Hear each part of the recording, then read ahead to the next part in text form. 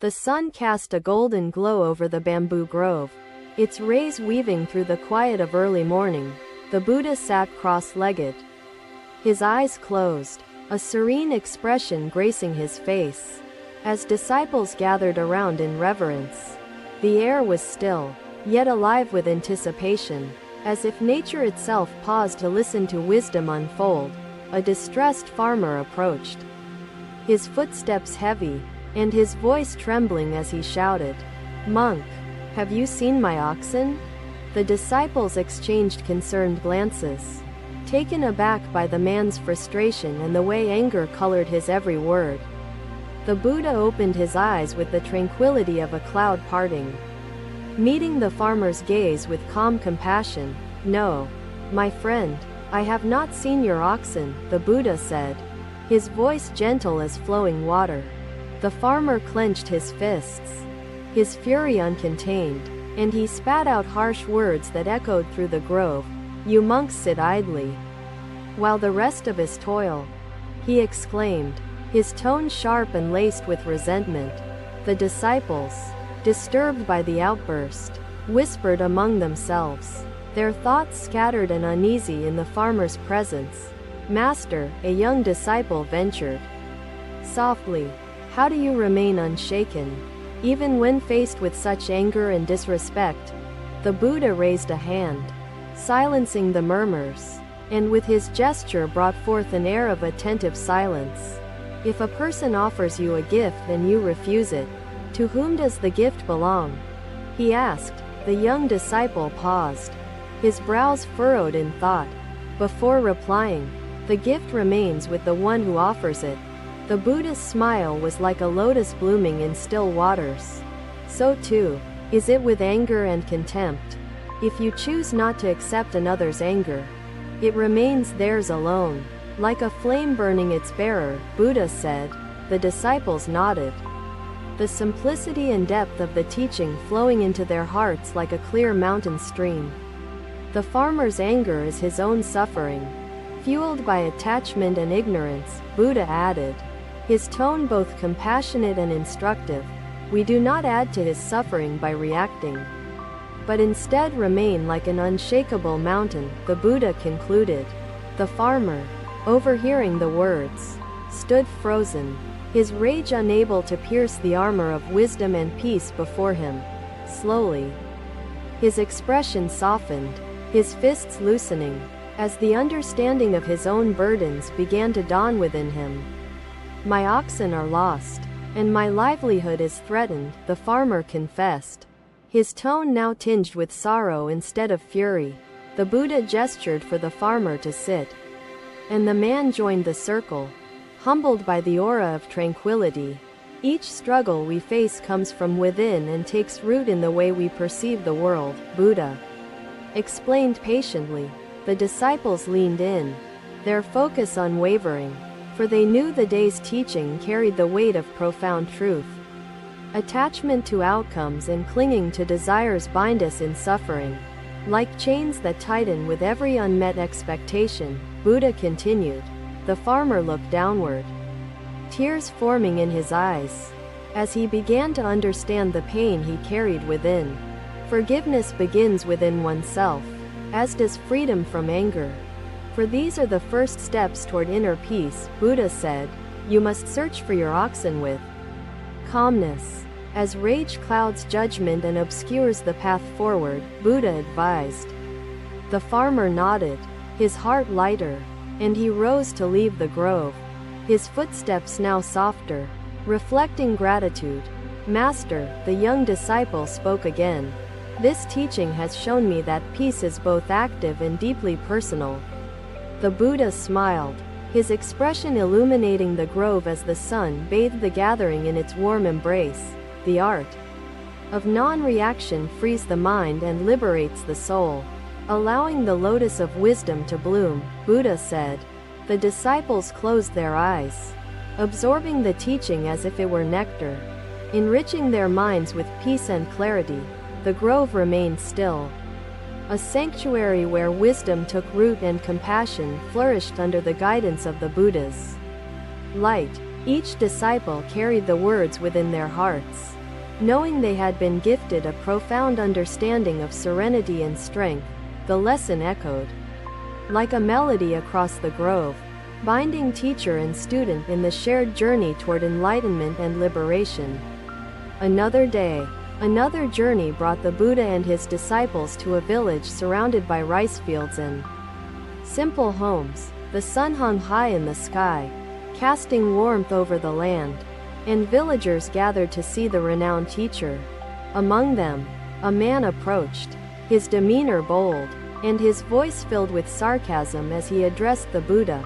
"Wise one," the man mocked. "You claim enlightenment, yet you travel with empty hands and preach words that feed no one." The Buddha turned to Ananda, his expression kind, his eyes glimmering with a depth that spoke to universal compassion. To fear death is to fear the natural order of existence.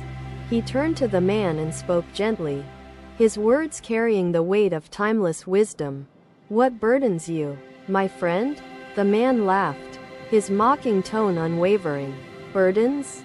I see only an illusion, a traveler with no purpose, offering empty teachings." The disciples stirred, their desire to defend the Buddha evident, but a gesture from their teacher stilled their restless hearts. "If one were to offer you a gift, and you chose not to accept it, whose is the gift?" Buddha asked. The man paused, his expression betraying a hint of curiosity. "The gift would remain with the one who offered it." The Buddha nodded, his smile serene. "So it is with anger, my friend. If not accepted, it remains with its giver." The man's face darkened, his scorn replaced with a flicker of confusion. As he struggled to grasp the meaning, "Words alone do not build lives," the man retorted, though his voice lacked the earlier confidence and sharpness. "Words, like seeds, can grow into trees or wither in barren soil," Buddha replied, his tone calm and unwavering. The villagers, who had gathered to witness the exchange, watched intently, their curiosity rising with each profound response. "A stone thrown does not harm the sky," Buddha continued. "It falls back to the earth from whence it came." The disciples felt the power of the teaching envelop them, its simplicity cutting through confusion like sunlight breaking clouds. The man, once bold and mocking, now stood silent, his arrogance slowly crumbling under the weight of unshakable wisdom. "Master," a disciple asked hesitantly, "what should one do when words meant to harm pierce the heart despite our intentions?" Buddha turned to his disciple, his gaze gentle. "The wound does not exist if the heart remains unattached and free. Pain arises from our attachment to the opinions of others, from our clinging to the illusion of self," he explained. "Detach, and the arrows of words fall harmlessly. Bind yourself, and they strike deeply, as if aimed at your soul." The villagers murmured among themselves, some in agreement, others moved by the clarity of Buddha's teachings and demeanor. "Tell me," Buddha addressed the man, "do you hold your anger still? Or has it already begun to burn you?"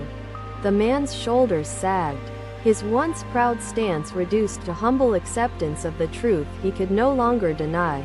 "My anger feels empty now, as if it turned to ash before it could harm you or those who follow," he admitted. "Anger harms the holder first, like fire consuming the hand that grips it before it scorches anything else," Buddha affirmed. "You do not seek to strike with your words, but to heal your own wounds, though you may not realize it." The man lowered his gaze, shame coloring his face. As the villagers watched the transformation with awe and silent reflection, Buddha gestured to a nearby tree, its roots thick and strong. "To find peace, root yourself as deeply as this tree. The winds may howl, but the grounded remain unshaken. The surface may tremble, yet the roots hold firmly beneath. Grow roots of compassion and understanding within yourself. They shield against anger, fear, and all storms of the mind." The man sank to his knees, his pride dissolved, and he bowed before the Buddha, seeking forgiveness for his earlier mockery.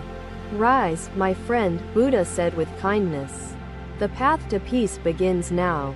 Forgive yourself, and let your heart find stillness." The villagers dispersed slowly, the teachings echoing in their hearts, carrying with them seeds of peace and the art of detachment. The disciples watched in silent reverence, knowing they had once again witnessed a profound moment of compassion and transformation. As the group moved forward, the lesson stayed, not as a burden, but as a lantern lighting the way for their journey ahead. Another day, another evening brought the Buddha and his disciples to the banks of the Ganges. Its waters calm and endless, the golden hues of dusk reflected on the surface. As the disciples gathered, their hearts heavy with struggles they carried within, a young disciple knelt before the Buddha, his voice trembling as he asked, "Master, how do we tame our inner storms?" The Buddha observed him with serene compassion, his presence radiating calmness that seemed to dissolve the tension in the air. "Imagine a candle burning in the open wind," Buddha began, his tone measured, its flame flickering wildly, struggling to remain lit. The disciples listened intently, their thoughts focused on the imagery, as they tried to grasp the meaning behind the words. "Now imagine the same candle placed within a lantern, shielded from the wind, its flame steady and unwavering," Buddha continued. The young disciple's eyes filled with curiosity as he asked, "Master, what is the lantern that shields the flame?" "The lantern is mindfulness," Buddha replied. "It protects the light of peace, shielding it from the storms that rage within." The disciples exchanged glances, as they realized that mindfulness was the key to navigating the chaos of their own minds. "Master," another disciple questioned, "what of thoughts that intrude despite mindfulness? Thoughts that burn and threaten to extinguish inner peace?" Buddha's gaze softened further. "Thoughts are like passing clouds. They obscure the sky but cannot harm the vast expanse above.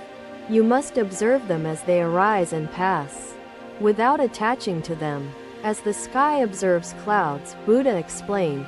The disciples nodded, their doubts beginning to dissolve like mist under the gentle warmth of Buddha's presence and guidance.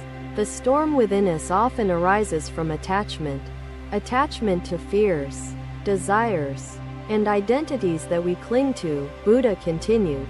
As a river carves the earth, so do attachments shape the mind, creating pathways of pain and resistance, Buddha added. A disciple, hesitant but curious, asked, "Master, is it wrong to seek, to desire peace, when we are consumed by turmoil?" Buddha turned to him, his smile gentle. "Seeking peace is not wrong, but clinging to its absence creates suffering within. The path to peace lies in letting go, not in grasping for it." As the hand cannot hold flowing water, the evening deepened, and the sounds of nature harmonized with the quiet presence of wisdom, creating an atmosphere of serenity.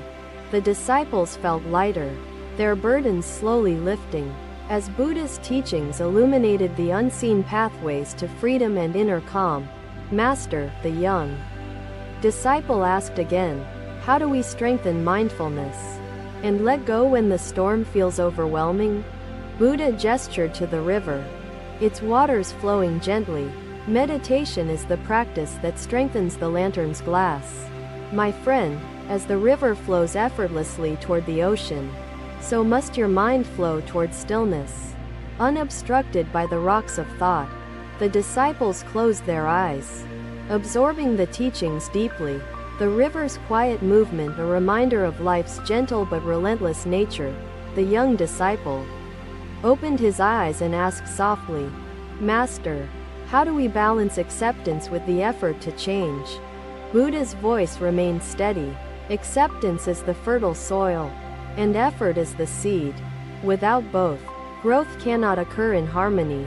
The disciples reflected on the words, understanding the importance of both surrender and action in the journey toward enlightenment. The Young disciples stood, bowing deeply. Master, your teachings are like the moonlight that guides us through the darkness of ignorance. Buddha smiled, his presence warm and nurturing. As he said, the moonlight shines upon all, but the journey belongs to each. The disciples felt a quiet transformation within themselves. A subtle shift toward understanding and embracing the storms they once feared. As the stars emerged, their brilliance mirrored the glow of peace that Buddha's words had sparked within the hearts. Gathered around, the teachings of non-reaction, mindfulness, and acceptance interwove like threads, creating a tapestry of profound wisdom and timeless strength. The grove by the river would hold the memory of the evening, a sanctuary for the lessons shared under the starlit sky.